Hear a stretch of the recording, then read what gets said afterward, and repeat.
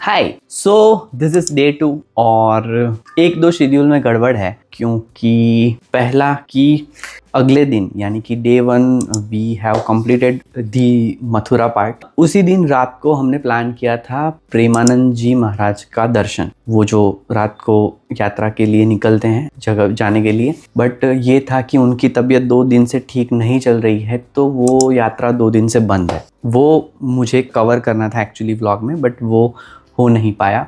Second thing, आज बाबा बागेश्वर जो हैं वो जो यात्रा कर रहे हैं वो यहाँ वृंदावन में है, तो काफ़ी सारी जगह पे बैरिकेटिंग है और लिमिटेड एक्सेस है कुछ पोर्शन के टाइम के लिए। सो हमने सोचा है कि हम आज बरसाना कवर करने की कोशिश करेंगे। So we are planning to go Barsana today. So let's see how day 2 goes.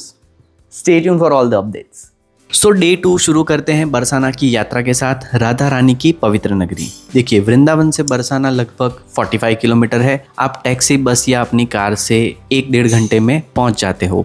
अगर आप वृंदावन से बस से जाना चाहते हो, छठीकरा वहां से ऑप्शन है, वहां से आप बस पकड़ के जा सकते हो। हमने प्रिफर किया है यहाँ से एक ऑटो रिक्शा ड्राइवर जिनके साथ हम शेयरिंग बेसिस पे बरसाना जाएंगे और पूरा दिन वो हमें वहाँ पे घुमाएगा। अगर आप शेयरिंग बेसिस पे जाते हो it will cost you less. हमने 400 रुपीज़ में पूरा दिन प्लान किया है उनके साथ और वो हमें सारी इंपॉर्टेंट जगह घुमाएगा। Good morning, already delayed. Problem अभी ये है यहाँ पे कि आज जो यात्रा है उसकी वजह से सब जगह बैरिकेडेड है, तो आज इंटरनल गलियों में भी बहुत सारा ट्रैफिक है। तो मुझे होटल से बाहर निकलते निकलते ही आधा पौना घंटा हो गया है। Still we are stuck with the traffic. गलियाँ यहाँ पे छोटी है तो दिक्कत हो रही है सबको, कैन सी दैट। और हम ट्रैवल कर रहे हैं इसमें। Let's see.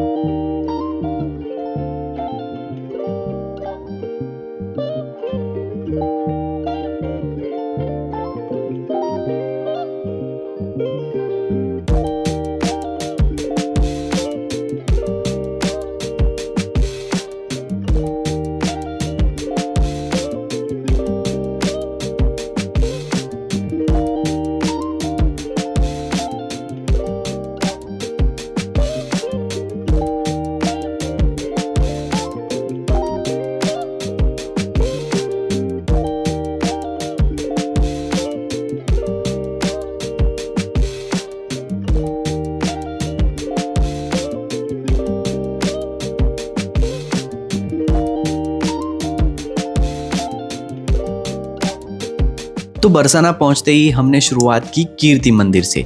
ये मंदिर इतना खास इसलिए है क्योंकि पूरी दुनिया में यही एक जगह है जहां राधा रानी अपने बाल रूप में माता कीर्ति मैया की गोद में विराजमान है। कीर्ति मंदिर की फाउंडेशन जगत गुरु श्री कृपालु महाराज ने 8 मई 2006 को रखी थी और उनके ब्रह्मलीन होने के बाद उनकी 3 बेटियों ने इस पूरे मंदिर का निर्माण पूरा कराया और 10 फरवरी 2019 को वसंत पंचमी के दिन इस मंदिर का उद्घाटन हुआ।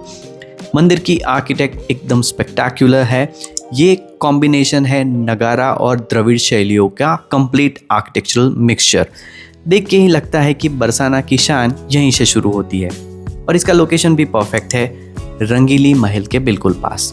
अगर आप दर्शन की प्लानिंग कर रहे हो तो टाइमिंग्स याद रखना, सुबह 8:30 से 12 बजे तक, फिर शाम को 4:30 से रात 8:30 तक। अगर आपको मॉर्निंग या इवनिंग की आरती अटेंड करनी है तो वो टाइमिंग है 5:15 बजे सुबह मंगल आरती के लिए और 7:30 शाम को शयन आरती। ये दोनों ही एकदम डिवाइन एक्सपीरियंस देते हैं। बस फेस्टिवल के टाइम पे थोड़ा टाइम चेंज हो सकता है, तो एक बार कंफर्म ज़रूर करना। कीर्ति मंदिर की हवा, उसका शांत महल और माँ की गोद में बैठी राधा रानी का बाल रूप, ये सब मिलकर एक ऐसी शांति देता है जो शब्दों में बताई नहीं जा सकती। तो अगर आप बरसाना आना प्लान कर रहे हैं तो इस मंदिर को मिस मत करना।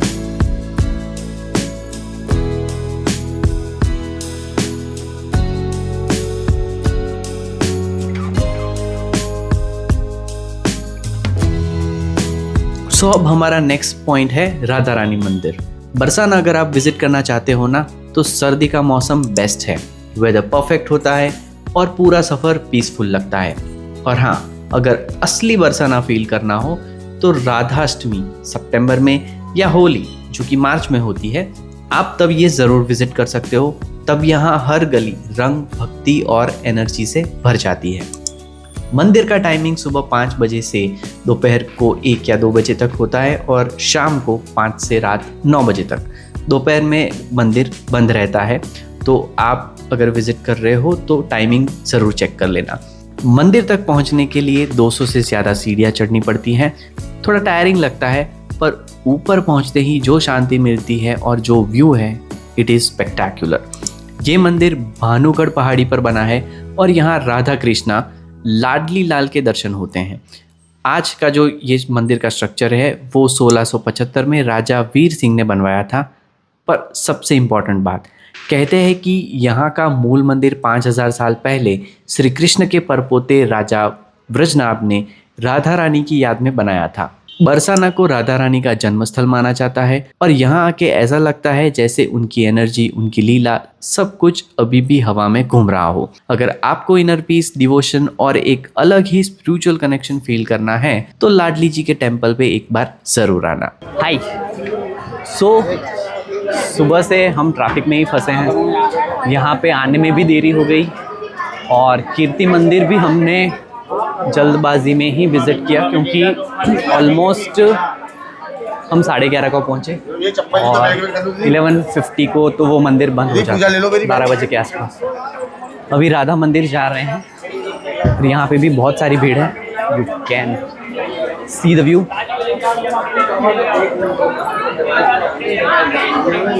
सो ऊपर जाते हैं, वो मंदिर भी 1 बजे के आसपास बंद हो जाता है। So running it with the hectic schedule. Stay tuned.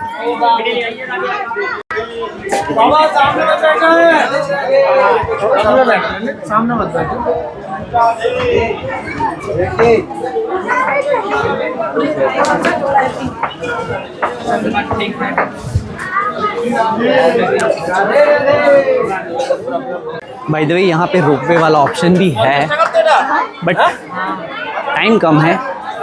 और वैसे भी आई यूज़ टू प्रेफर स्टेयर्स, हम स्टेयर से आए हैं। बट हाँ, अगर आपको जाना है थ्रू रोपवे आप जा सकते हो। एंट्री पॉइंट पे वो चीज़ें अवेलेबल हैं।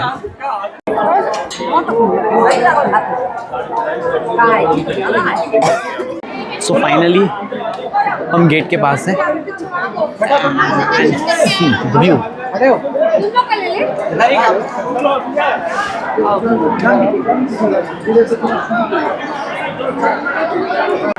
ऊपर से व्यू दिखाता हूँ, बहुत ज़बरदस्त है। See this.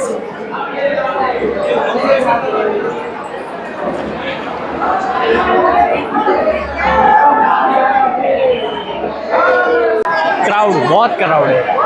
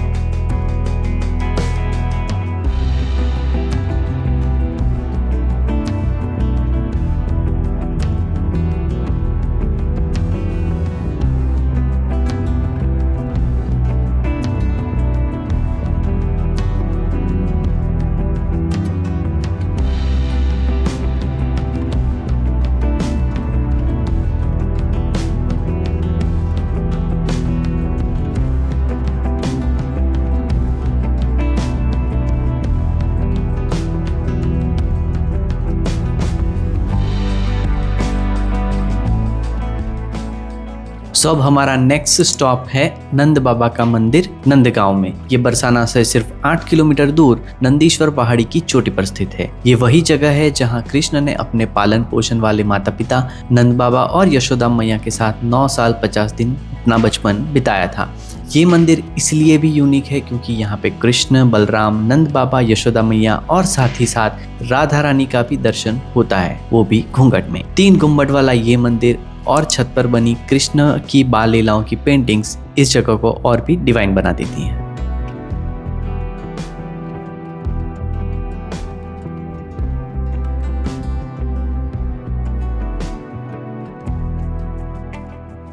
सो नंद बाबा के मंदिर के बाद हमने दर्शन किए गिरिराज जी के, यानी कि गोवर्धन पर्वत, जो बरसाना के बिल्कुल पास ब्रिज का एक सबसे पवित्र स्थान माना जाता है।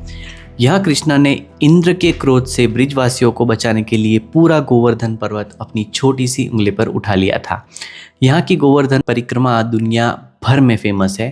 भक्त साल भर परिक्रमा करते हैं, लेकिन गोवर्धन पूजा के दिन तो लाखों की संख्या में लोग यहाँ पहुँच जाते हैं।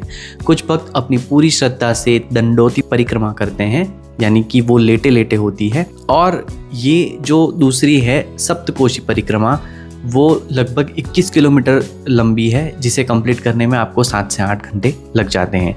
गोवर्धन के आसपास बहुत पवित्र कुंड है, कुसुम सरोवर, मानसी गंगा, राधा कुंड। कहा जाता है कि मानसी गंगा तो कृष्ण ने अपने ही मन से प्रकट किया था और आषाढ़ी पूर्णिमा, कार्तिक अमावस्या और गुरु पूर्णिमा पर यहाँ भक्तों की भीड़ लगती है, मेला लगता है। अब हम आ गए हैं पूछरी का लोटा। गोवर्धन परिक्रमा का ये एक बहुत ही इंपॉर्टेंट स्पॉट है। कहते हैं जब गोपियाँ कृष्ण को ढूंढ रही थी तब वो एक दूसरे से बोलती थी तू पूछ रे, और वहीं से इसका नाम पड़ गया। ये स्थान कृष्ण के मित्र मधुमंगल को समर्पित है, जिनके बारे में माना जाता था कि वो आज भी कृष्ण का वहाँ पे इंतज़ार कर रहे हैं। जो लोग गोवर्धन परिक्रमा करते हैं वो लोग यहाँ की परिक्रमा भी अवश्य करते हैं। सो अंत में हम पहुँच गए हैं राधा कुंड, गोवर्धन परिक्रमा का सबसे पवित्र और दिल को छू लेने वाला स्थान। कथा कहती है कि एक बार राधा रानी कृष्ण से रूठ गई थी और उन्होंने कृष्णा से कहा पहले अपने आप को शुद्ध करो। तब कृष्णा ने अपने चरणों से धरती को प्रहार किया और सभी पवित्र नदियों को बुलाकर इस कुंड का निर्माण किया था, जिसे श्याम कुंड कहते हैं। इसके बाद राधा रानी ने अपनी सखियों के साथ मिलकर दूसरा कुंड वहाँ पे बनाया और कृष्णा ने श्याम कुंड का पवित्र जल इसमें भरा और इसका नाम पड़ा राधा कुंड। आज भी ये कुंड गोवर्धन परिक्रमा का एक महत्वपूर्ण पड़ाव है और माना जाता है कि अहोई अष्टमी की रात यहाँ स्नान करने से संतान प्राप्ति और मनोकामना पूर्ति होती है। राधा कुंड गोवर्धन से सिर्फ 5 किलोमीटर की दूरी पर है। सो दिन के अंत में हम यहाँ से निकल रहे हैं। रिटर्न में बहुत ज़्यादा ट्रैफिक हो गया है और रात भी काफ़ी हो चुकी है। कल तीसरे दिन में हम चलते हैं वृंदावन और वहाँ के डिवाइन मंदिरों का पूरा दर्शन करेंगे। तो मिलते हैं नेक्स्ट व्लॉग में।